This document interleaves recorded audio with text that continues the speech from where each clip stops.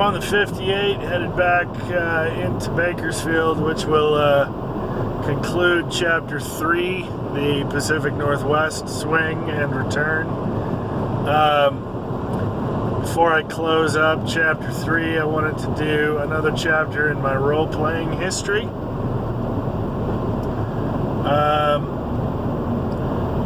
Drive on the 15 from Vegas through the desert. It's actually kind of pretty when you think about it, but I still can't. It's hard to find anything beautiful in this. That's kind of cool.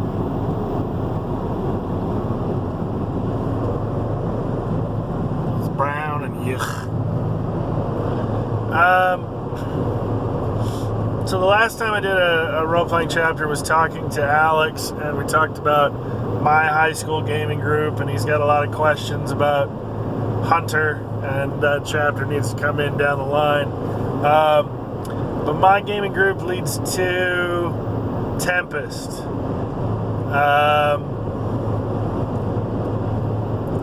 Tempest is a character that's important to me because he's me, and he's probably one of the earlier examples of my fascination with alternate timelines. And that came from comic books, because we did do a whole lot of exploration of, well, what would this person be like from that dimension? Or, I mean, it's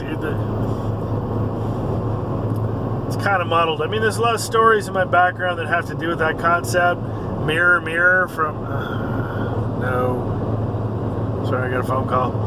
Mirror, mirror from the original Star Trek, which is one of my favorite episodes of original Trek. The universe where the Federation conducts itself like the Klingons and Spock has a goatee.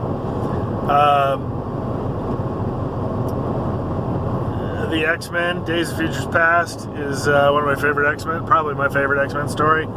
And it's an alternate timeline where Sentinels wiped out all of mutant kind.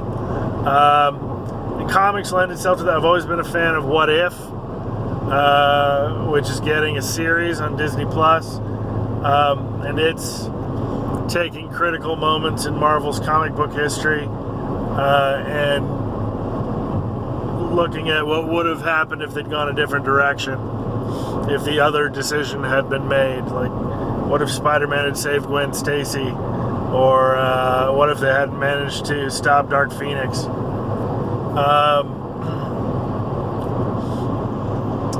So Tempest was created as lightning, and it was me with superpowers. And that's generally how he breaks down, no matter how you look at it.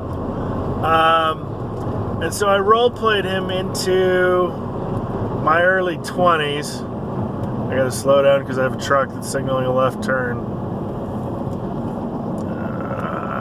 How are we gonna do that? Oh, he's actually turned. There is a lane. Okay, cool. In my teens, I discussed with Alex while Lightning was still with Pentagram. He had a relationship with Kitty Pryde. And then when I got a little bit older, I played him in college with the same gaming group that played Chill and was part of the early 90s Comedy Sports, and they'll probably be the next chapter then leading into the World of Darkness and Vampire the Masquerade.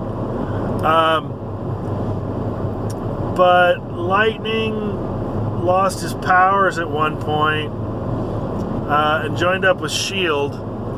And S.H.I.E.L.D. outfitted him with a set of reflex armor, which was something I wrote that carried an onboard computer that you could download skills into and kind of duplicate the Taskmaster electronically. When I saw Jackie Chan's The Tuxedo, I went, that's my idea. I have no idea if it had been done before I used it for my character, but it was mostly because I wanted Lightning to carry a set of katana without having to go through decades of training to cover for his lack of superpowers. Because he got the demon exorcised from him. There was a period in there, he called himself Soulstorm, No, that's not yet. He's still calling himself Lightning. No. This period's kind of muddy because the focus, we didn't play as diligently as we had in my high school days, so I was filling in a lot of blanks on my own. Lightning connected with the Cult of Thor, which was a story we ran around the idea that if Thor was a god in the Marvel Universe, how would that affect people's faith, knowing that there are gods walking the earth? And there have been memes around the first Avengers regarding a line that Captain America says, even though he's got a god for a friend. And so I don't remember exactly what the story was, but I remember the end result was Lightning wound up with a belt that was a symbol of the Cult of Thor that enabled a thunderstrike power, even though he didn't have his electric powers. He got his electric powers back. I remember there was a story involving Stonehenge, and that was how the demon was removed from him. But the story we ran, and S.H.I.E.L.D. was how he found out, was that his biology had either been altered by the extended presence of the demon's electrical system within him, or he had always had the mutant power to generate and control electricity, and therefore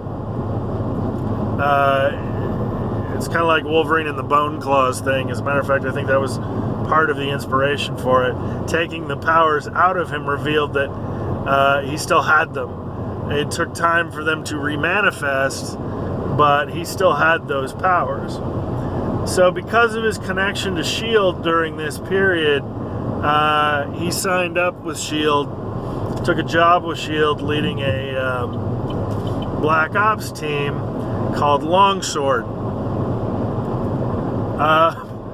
I recently saw people mocking my email address because they think I'm bragging or it's some kind of phallic reference. My email address is longsword71. 71 is the year I was born.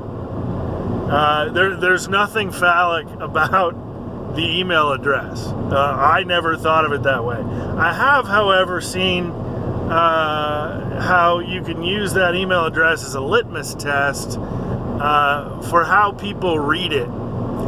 Because some people read it phallically. This is the first time I've encountered that, oddly enough. A lot of people think it's Long's word, since my last name's Long, and it's email, which is a text-based communication system.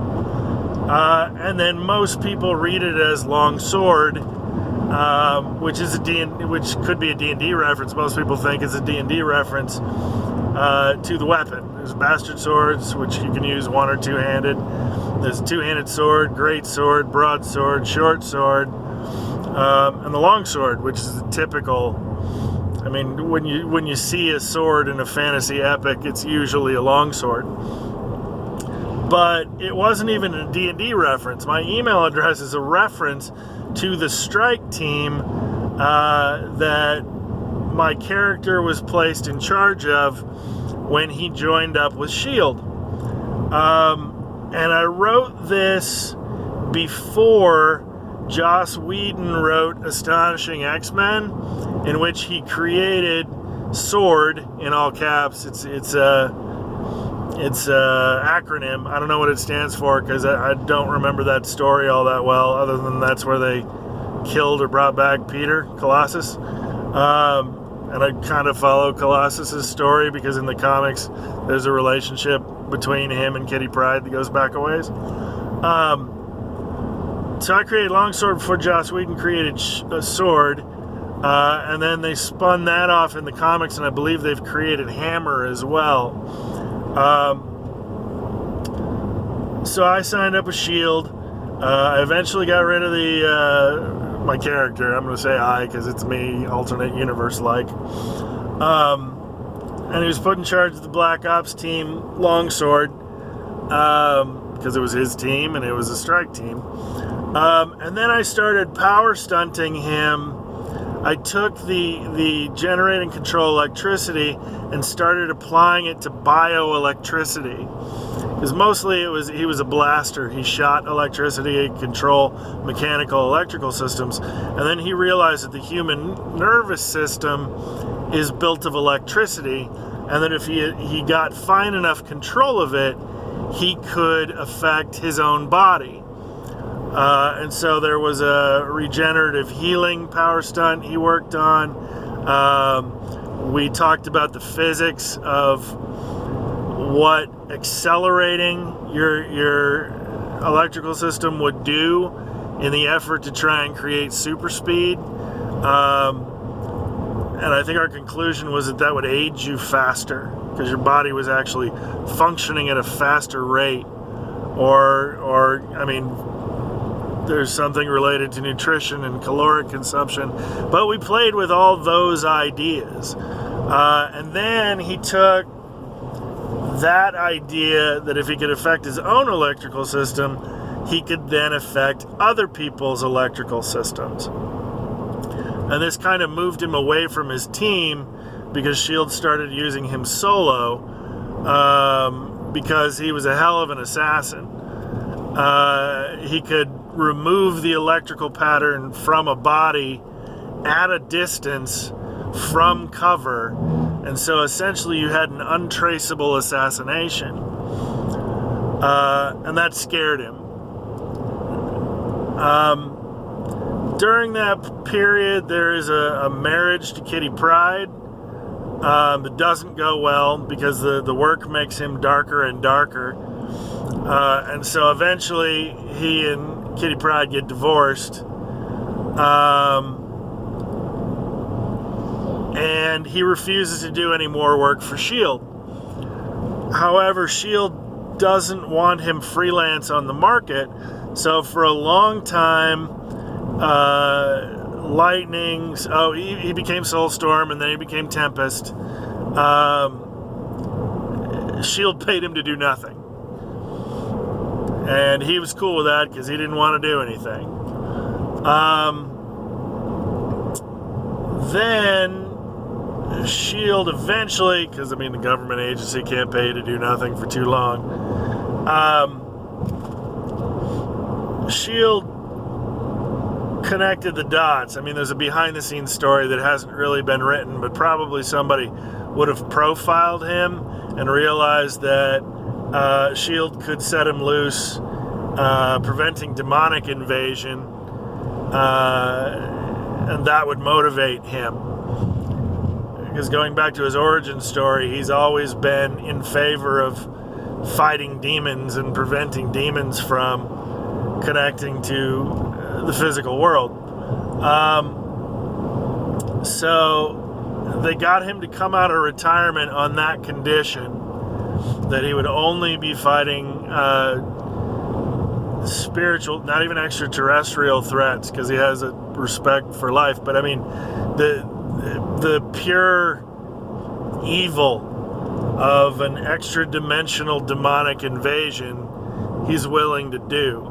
And the electrical powers aren't necessarily all that reliable against that sort of entity. Its system is not necessarily electrical based. So he came out of retirement, they put him in charge of a new team, still called Longsword, and that's where I created Daydream and Wishlist, who are both based on people I know.